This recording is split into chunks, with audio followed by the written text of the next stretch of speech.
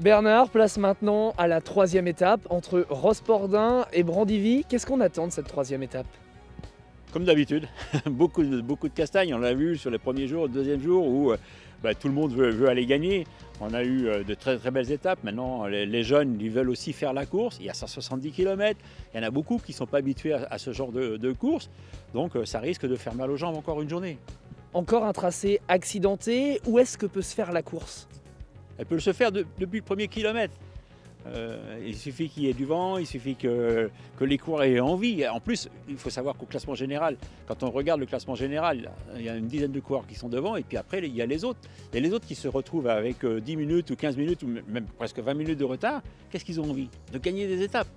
Et ceux qui sont au classement général, qu'est-ce qu'ils ont envie de faire? De les laisser partir, de manière à contrôler la dizaine qui sont là et qui pourraient à l'occasion prendre le maillot. Donc c'est des courses tactiques et il faut faire très attention. En plus, si on regarde bien le parcours, on va d'un point, on va à l'autre, mais c'est presque tout droit.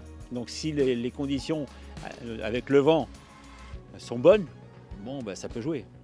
On peut avoir deux courses finalement en une mercredi. On risque d'avoir deux courses.